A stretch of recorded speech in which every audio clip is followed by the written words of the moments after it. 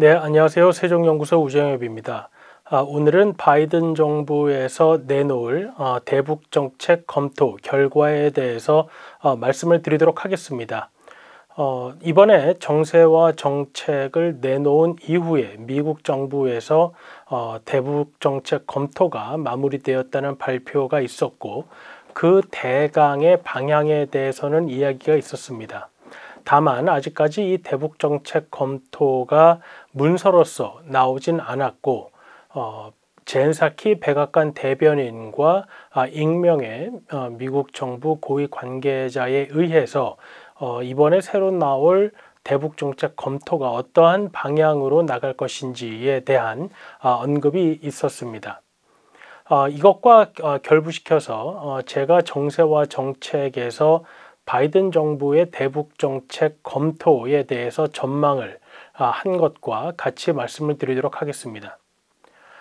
바이든 정부는 출범 이후 외교 안보 분야에 있어서 매우 빠르게 정책들을 추진해 가고 있습니다. 특히 중국과 관련한 부분에 있어서는 다양한 부분에 있어서 법제화를 시도하고 있고, 또 동맹 및 파트너 국가들에게 강한 협조를 요구하고 있습니다. 특히 중국과의 알래스카 회담에서는 미국과 중국 간의 첨예한 갈등이 노출되기도 했고요. 그리고 이제 아프가니스탄으로부터의 철수, 그 다음에 또 이란 핵 합의의 새로운 시작 등을 언급하고 있습니다.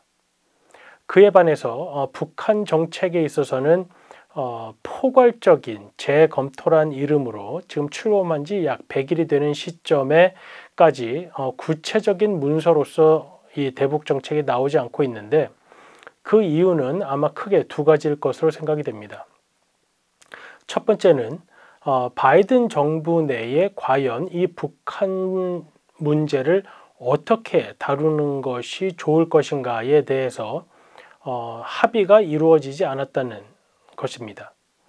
바이든 정부는 북한 문제에 대해서 매우 강경하게 접근하는, 다시 말해서 완전한 비핵화가 이루어지기 이전까지는 제재 해제나 유예가 큰 의미가 없다라는 접근법을 취하고 있는 그룹과, 또 북한으로부터의 위협을 감소시키기 위해서 실질적으로 필요한 부분에서의 협상, 다시 말해 단계적으로 북한이 내어놓는 비핵화 조치와 일정 부분의 제재 해제 혹은 완화가 교환될 수 있다라는 접근법을 가진 소위 군축론적 접근이 경합을 벌이고 있는 상황입니다. 특히 이란 핵 합의 등을 이끌어낸 미국의 새로운 외교안보팀은 근본적인 문제의 해결이 어려운 경우 군축론적 접근에 의해서 위협을 감소시키는 정책이 매우 의미가 있다라는 접근법을 취하고 있는데, 북한 문제 역시 그러한 접근법을 취할 수 있다는 것이죠.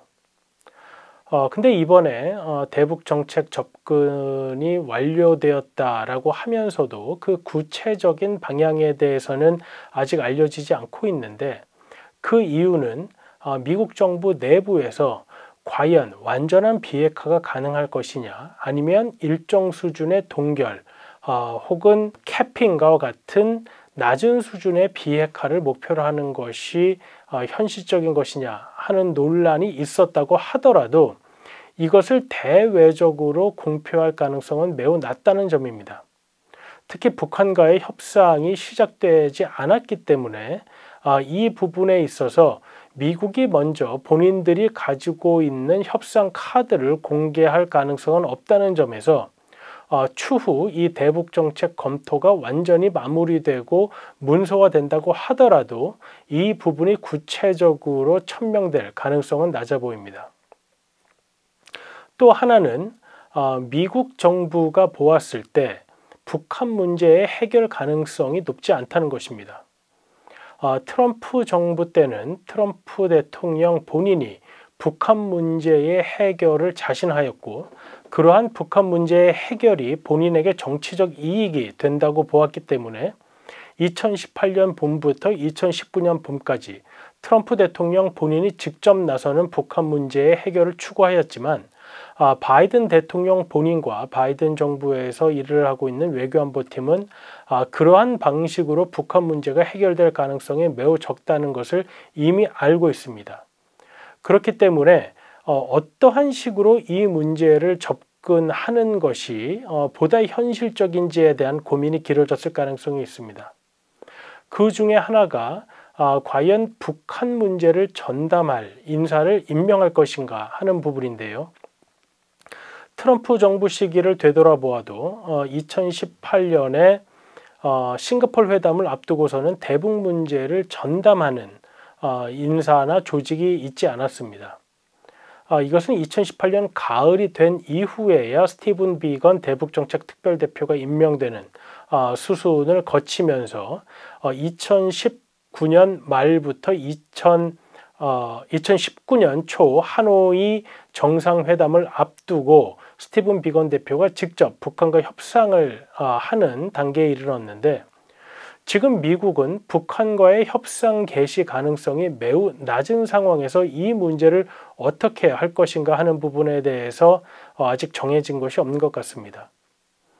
미국이 대북정책 특별대표를 임명을 한다면 북한 문제에 대해 보다 적극적으로 임한다는 시그널은 줄 수가 있지만, 문제는 북한이 전혀 호응을 하고 있지 않은 상황에서 미국이 대북정책 특별대표를 임명하는 것 자체가 바이든 정부의 대북정책에 대한 현실성 공격으로 이어질 수 있기 때문에 이 부분을 주저한 것이 아닌가 생각됩니다.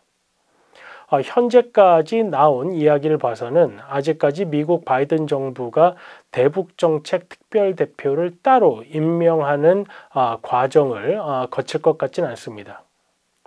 그렇기 때문에 이 두 가지 매우 중요한 측면의 대북정책은 결정이 된다고 하더라도 공개되지 않거나 아직까지 북한의 반응이 없는 상태에서 미국이 일방적으로 추진해 나가기는 어렵다는 그러한 상황을 보여주고 있습니다. 그렇다면 이 대북정책 특별검토가 과거의 대북정책과 대별되는 부분은 무엇인가 하는 점인데, 하나는 인권에 관한 문제고 또 하나는 인도주의적 지원에 관한 문제가 될 것 같습니다. 바이든 정부는 중국 문제를 다루는 데 있어서도 인권 문제를 매우 중요하게 생각하고 있는데 그 점은 북한 문제에 있어서도 크게 다르지 않을 것 같습니다. 문제는 인권 문제까지 의제로 올라갈 경우 북한과의 협상이 더욱 어려워진다는 점인데, 앞으로 바이든 정부가 대북 정책을 추진함에 있어서 이 인권 문제를 뺀다고 이야기하기에는 정치적인 부담이 너무 크고, 또 인권 문제를 동일한 수준으로 언급하자니 북한이 전혀 호응할 것 같지 않은 이러한 딜레마에 빠져 있는 상황입니다. 그래서 추후에 북한과 협상이 진행이 실제로 될 상황이라면 어떻게 될지 모르지만 대북정책 검토가 마무리되는 현 시점에서는 인권 문제에 대한 원칙적인 언급이 있을 것으로 생각이 됩니다. 그리고 또 하나 중요한 점은 인도주의적 지원에 관한 것인데, 바이든 정부와 민주당 의회에서는 현재 국제사회의 제재와 코로나19로 인한 북한 경제의 피해로 인해서 북한 주민들이 겪고 있는 어려움에 대해서는 도움을 줘야 한다는 인식이 있습니다. 이것이 이제 바이든 정부의 대북 정책에서는 제재의 유지와 더불어 제재와 상관없는 인도주의적 지원은 실천할 수 있다라는 원칙적인 언급이 있을 것으로 보이는데, 문제는 이러한 인도주의적 지원에 관한 원칙 발표에도 불구하고 북한이 그동안 대남 정책에서 보여준 것처럼 그것은 본질적인 문제가 아니라는 이유로 미국과의 인도주의적 지원에 관한 협상조차 거부할 가능성이 있다는 것입니다. 그렇기 때문에 이 북한과의 협상의 성공 가능성과 그 북한과의 협상을 시작했을 때 얻는 정치적 의미 같은 것이 트럼프 대통령 때 인식하던 것과 바이든 정부가 인식하는 것은 전혀 다른 차원이기 때문에 북한이 미국과의 협상에 적극적으로 나서는 모습, 아니면 북한이 미국과의 협상에 매우 호의적인 분위기를 조성하지 않는 이상 바이든 정부가 협상의 조건을 낮춰가면서까지 북한과의 협상에 나설 가능성은 현재로서는 매우 낮아 보입니다. 그래서 결론적으로 바이든 정부의 새로운 대북 정책 접근 검토의 마무리와 발표에도 불구하고 추후 북한과 미국 간의 협상의 개시는 많은 부분 북한이 향후 이 협상에 대해서 어떠한 태도를 취할 것인가에 달려 있다고 말씀드릴 수 있겠습니다. 네, 이상 마치겠습니다.